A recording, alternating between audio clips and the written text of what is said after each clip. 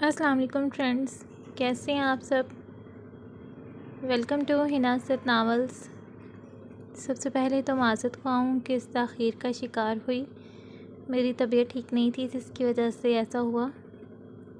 پوری کوشش کروں گی جلدی قسط دینے کی نیکسٹ والی۔ تو آئیے چلتے ہیں بنا وقت ضائع کیے آج کی نئی قسط کی جانب۔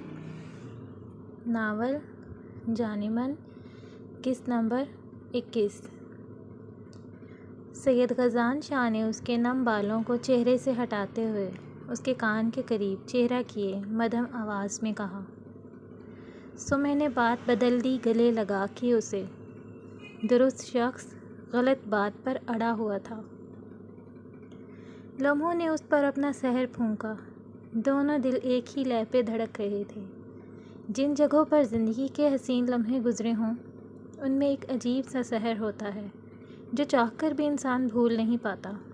ان جگہوں کو دیکھتے ہی سارے منظر آنکھوں کے سامنے لہرا جاتے ہیں جو آپ کو کچھ وقت کے لیے محصور کر دیتے ہیں۔ یاد ہے، یہ وہی ہماری فیورٹ جگہ ہے جہاں ہم روزانہ آتے تھے۔ وہ بوجھل آواز میں اسے ماضی کی یادیں یاد کروا رہا تھا۔ کیسے بھول سکتی ہوں؟ وہی تو چند خوشگوار یادیں ہیں جنہیں یاد کر کے دل آج بھی خوش ہو جاتا ہے۔ وہ بھی جیسے ماضی کی دھندلی یادوں میں کھو سی گئی تھی۔ غاز، تم ابھی تک تیار نہیں ہوئے؟ اسکول سے لیٹ ہو رہے ہو۔ صفا اسکول یونیفارم میں ملبوس نقص تیار اسے دیکھنے آئی تھی۔ وہ کمرے کی بجائے ٹیرس پر کھڑا تھا۔ میں تیار ہوں، بس تمہارا کام رہتا ہے وہ کر دو تو چلتے ہیں۔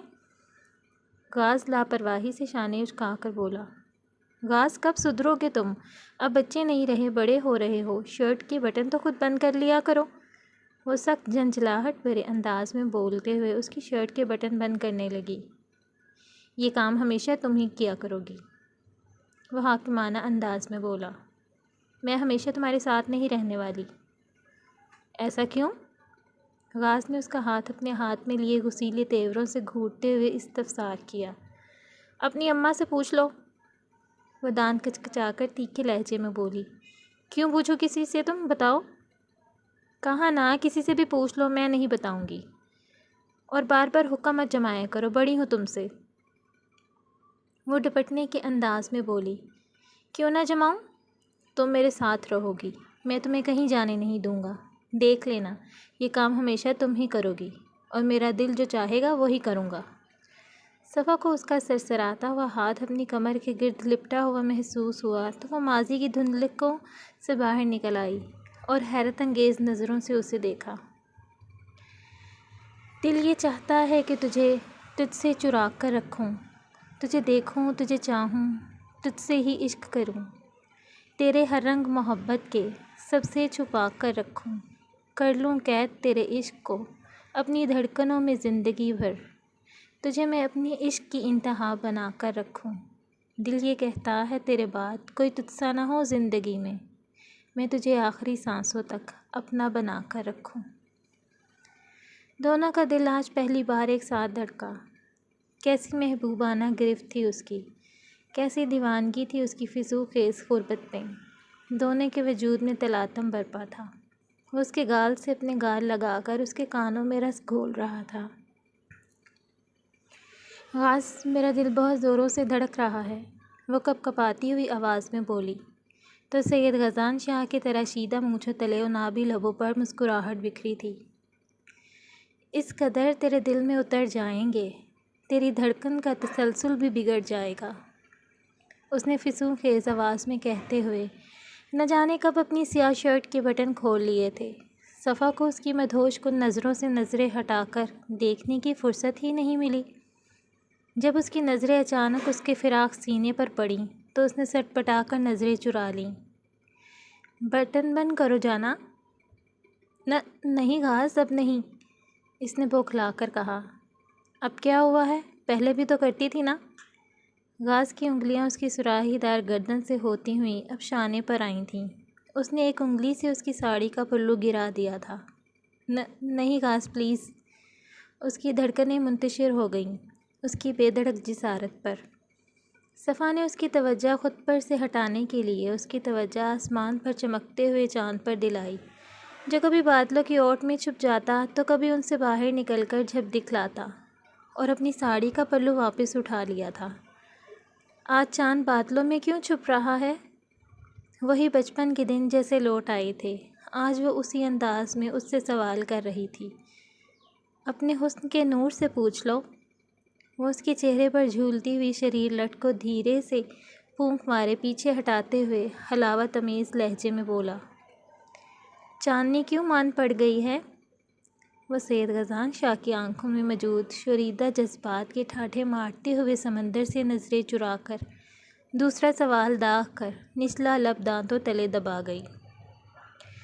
اپنی اسی ادا سے پوچھ لو۔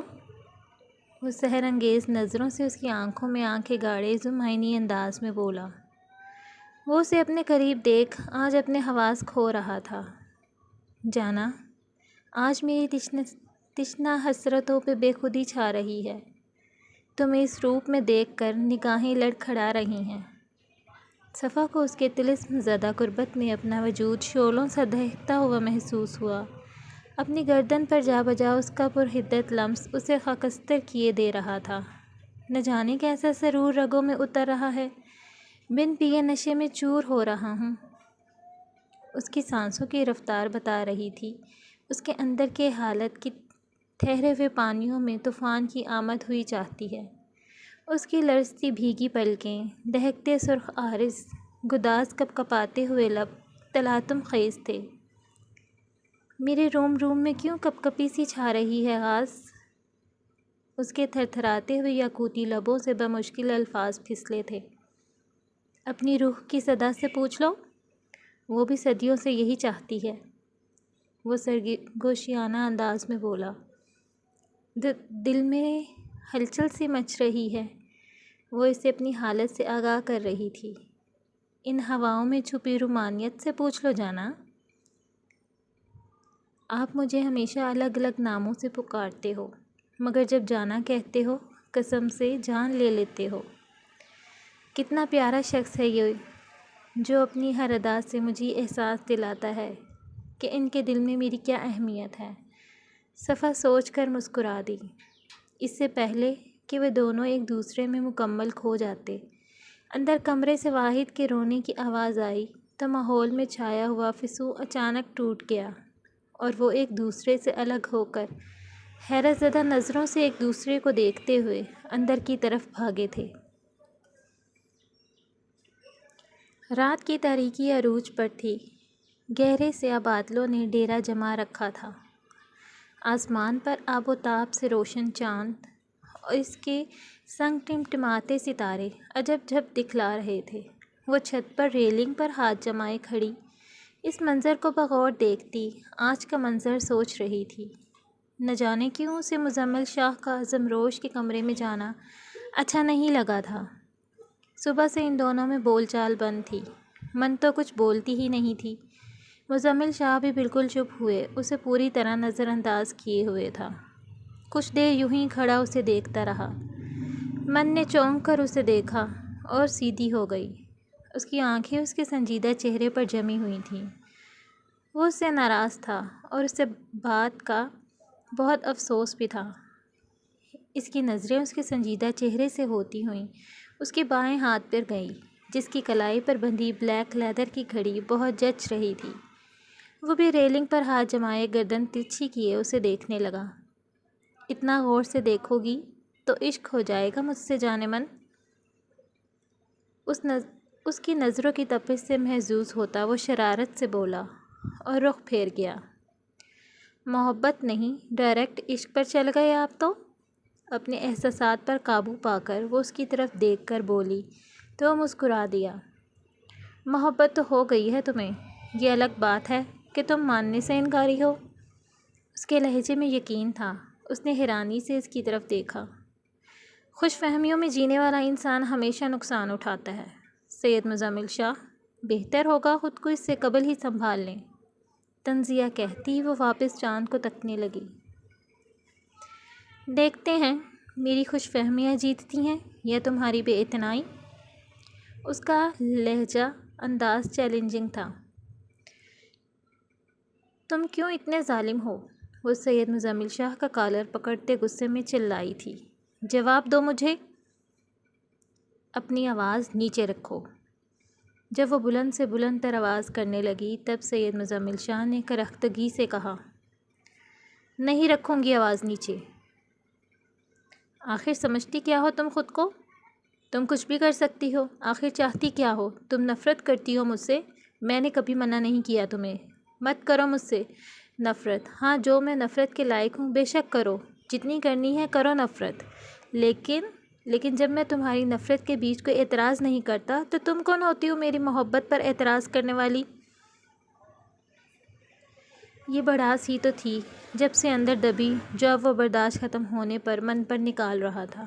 اس کے لفظوں کے ساتھ ساتھ اس کے تاثرات میں بھی سختی آنے لگی تھی۔ کون ہوتی ہو تم میری محبت پر اعتراض کرنے والی؟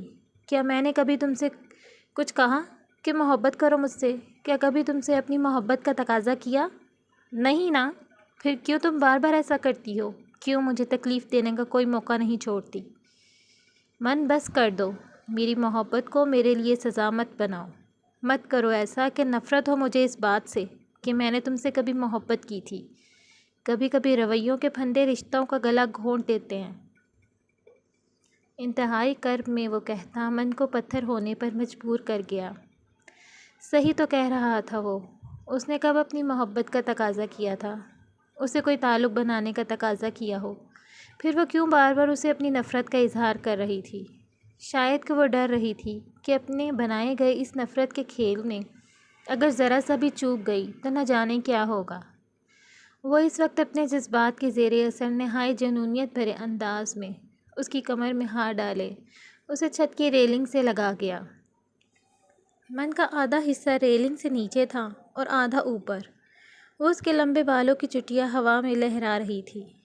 وہ شدت آمیز انداز میں گویا ہوا، سنو جانے من، آج میری حالت بہت خراب تھی۔ میں ٹھیک سے سانس بھی نہیں لے پا رہا تھا، اور لیتا بھی کیسے؟ سانس کتنے وقت سے تم میرے پاس نہیں تھی جانتی ہو جانے من؟ جب تم سو رہی ہوتی ہو تو میں جاگتے ہوئے تمہیں کتنی دیر تکتا رہتا ہوں، اور جب مجھے لگتا تھا کہ میں ٹھیک سے سانس نہیں لے پا رہا تو تم جانتی ہو میں کیا کرتا ہوں؟ میں اپنے ہونٹ تمہارے ہونٹوں کے بہت قریب کرتا ہوں اور تمہاری سانسیں اپنی سانسوں میں بھرتا ہوں، پھر کہیں جا کر میں اپنی ڈوبتی ہوئی سانسوں کا ہموار پاتا ہوں۔ مگر دیکھو نا آج میں کتنا بے بس ہوں۔ تمہیں تو کچھ بھی خبر نہیں، نہ ہی تمہیں کوئی فکر ہے میری۔ میں کیسے گھٹ گھٹ کر مر رہا ہوں تمہارے بنا۔ میں اتنا بے بس ہو گیا ہوں کہ میں تمہاری سانسیں اپنی سانسوں میں بھرنے کے لیے آج چھت پر آیا ہوں، یہی سوچ کر کہ جن ہواؤں میں سانس لے رہی ہوگی میں ان ہواؤں کو اپنی سانسوں میں بھر لوں گا، یہی سوچ کر کہ تم میرے پاس سانس لے رہی ہو، بہت پاس۔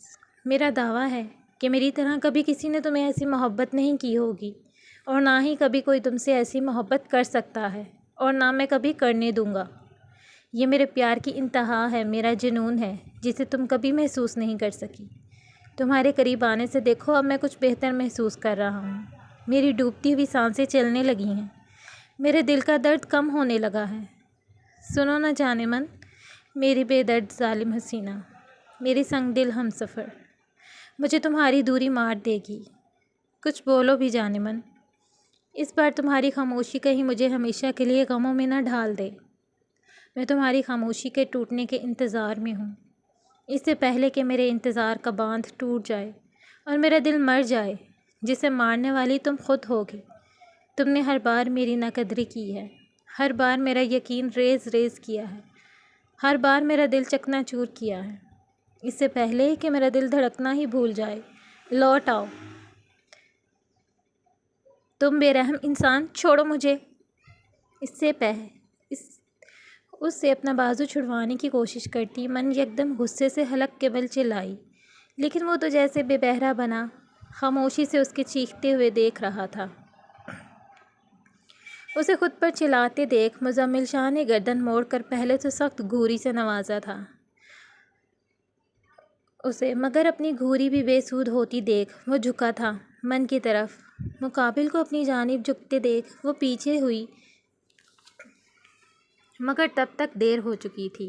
وہ اسے کچھ دیکھنے کا موقع دیے بنا من کے گلابی لبوں پر اپنے لب رکھتا اسے چپ کرا گیا تھا۔ لمحے میں دل کی دھڑکنیں 120 کی رفتار سے دھڑکنے لگی تھیں۔ شدت جذبات نے اپنی آنکھیں میچ کر من اس کے سینے پر ہاتھ رکھ گئی، دھکا دینے کی غرض سے، مگر اس کی کلائی مٹھی میں لے کر وہ ریلنگ سے لگا گیا۔ رات کے اس پہر چھت میں بڑھتی معنی خیز خاموشی پر من کی دھڑکنیں واضح سنائی دے رہی تھیں۔ مقابل کی بے باک جسارت پر گھبرائی وہ سانس رکنے پر اپنا ہاتھ چھڑانے کی بھرپور کوشش کرنے لگی، تبھی اس کی جاں بخشی کرتا وہ آہستگی سے اسے چھوڑ گیا۔ من کا لال ٹماٹر ہوا چہرہ گواہی دے رہا تھا کہ وہ ابھی شدید خواہش رکھتی ہے اس کی نظروں سے کہیں بہت دور چلی جانے کی۔ اپنے سینے پر ہاتھ رکھتی وہ زیر و بم ہوتی سانسوں کو متواتر کرنے کی کوشش میں تھی، جب اس کے حیا سے تمتماتے خوبصورت چہرے کو دیکھ سید مزمل شاہ نے طنزیہ مسکراہٹ سمیت کہا، امید ہے اب چپ رہوگی۔ ابھی وہ اس حالت میں نہ تھی کہ کوئی جواب دے سکے، تبھی چہرہ جھکائے بالکل خاموش رہی۔ ادھر اس کے تاثرات بغور دیکھتے مزمل کے لبوں پر ایک دلکش مسکراہٹ اپنی جھب دکھلا کر غائب ہوئی۔ وہ جو چور نظروں سے نظر اٹھا کر اب اسے دیکھنے لگی تھی، مزمل شاہ کے لبوں پر زبان پھیرنے سے اس کے بقیہ ہوش بھی اڑ گئے۔ سر جھکا کر اس مرتبہ اس نے مکمل گریز کیا مقابل کو دیکھنے سے۔ میں تمہیں اتنا مجبور کر دوں گا کہ تم خود چل کر میرے پاس آؤ گی۔ وہ دل میں خود ہی سے ہم کلام ہوا۔ تم تو ایسے آرام سے بیٹھی ہو جیسے کچھ ہوا ہی نہیں ہے۔ تمہیں کچھ احساس بھی ہے کہ کیا کچھ ہو رہا ہے اور کیا ہونے والا ہے؟ اماں بی کے لہجے سے ان کا انداز متفکرانہ تھا۔ ساریہ بیگم کے ہاتھ میں پان کا پتا تھا جس پر وہ کتھا لگا رہی تھیں اور کسی گہری سوچ میں گم تھیں۔ تم میری بات سن بھی رہی ہو یا نہیں؟ تم جو بھی کر رہی ہو وہ ٹھیک نہیں ہے مزمل کے لیے۔ اپنے بیٹے کے ساتھ تم ایسا کیسے کر سکتی ہو؟ اسے سمجھنے کی کوشش کرو ورنہ سب برباد ہو جائے گا۔ ان کا بس نہیں چل رہا تھا کہ ساریہ بیگم کو کندھوں سے پکڑ کر جھنجھوڑ ڈالیں۔ میرے شوہر کے بارے میں بھی تو لوگ یہی کہتے تھے جب وہ نشے میں چور ہمیشہ عورتوں کے بیچ میں پایا جاتا تھا۔ اس نے میرے ساتھ رشتہ بندھا ہونے کے باوجود مجھ تک آنے سے پہلے دوسری عورت ایک طوائف سے شادی رچا لی۔ اب مختار شاہ کے بیٹے پر میں اپنی مرضی چلاؤں گی۔ وہ ویسی ہی زندگی جیے گا جیسے میں چاہتی ہوں، کیونکہ میں نے اسے پیدا کیا ہے تو اس کی زندگی کا فیصلہ کرنے کا حق بھی میں رکھتی ہوں۔ سکون ان کے لہجے میں تھا، جیسے انہیں کسی بھی بات سے کوئی فرق نہیں پڑتا تھا۔ ہاں، آپ کے اس احساسات سے عاری بیٹے نے ایک غیر لڑکی کو میری جگہ لا کر کھڑا کر دیا تھا نا، اب میں بھی ایسا ہی کروں گی۔ اس کی سزا اس کے خون سے لوں گی۔ ساریہ بیگم کے لہجے میں طنز تھا۔ مختار شاہ کے ساتھ تمہارا بھی خون ہے اس میں، اس بات کو سمجھتی کیوں نہیں؟ اپنے ہاتھوں سے اپنی بیٹی کی خوشیاں برباد کرنے پر تلی ہوئی ہو۔ مرد مٹی کی طرح ہوتے ہیں، انہیں آپ جیسے چاہیں جس طرف چاہیں آسانی سے موڑ سکتے ہیں۔ انہیں موڑنے کے لیے بس ایک عورت کی ضرورت ہوتی ہے، ایک خوبصورت اور چالاک عورت جو اسے اپنے اشاروں پر آسانی سے نچا سکے۔ مختار شاہ کو اپنے اشاروں پر چلا نہیں سکی تو کیا ہوا؟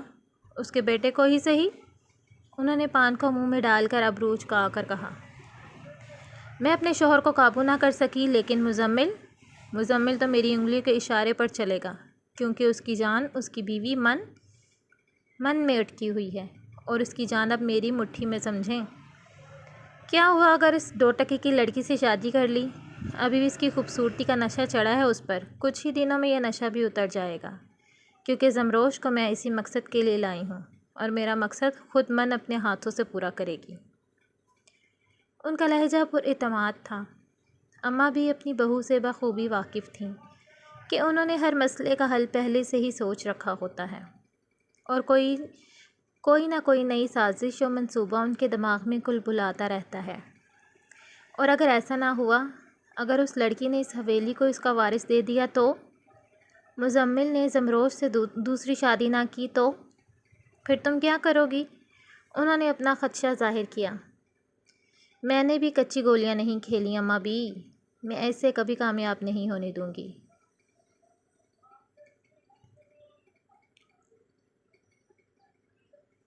وہ غصے میں پھنکار دیں جبکہ آنکھوں میں نفرت کا چراغ روشن تھا۔ اماں بھی انہیں دیکھ کر رہ گئیں۔ شام کا وقت تھا۔ ملگجا سا اندھیرا چہار سو پھیلنے لگا تھا۔ سردار سبحان شاہ اپنے کمرے میں ریوالونگ چیئر پر شانوں پر خاکی شال اوڑھے براجمان تھے۔ کمرے میں موجود ٹی وی پر حالات حاضرہ کی خبریں چل رہی تھیں۔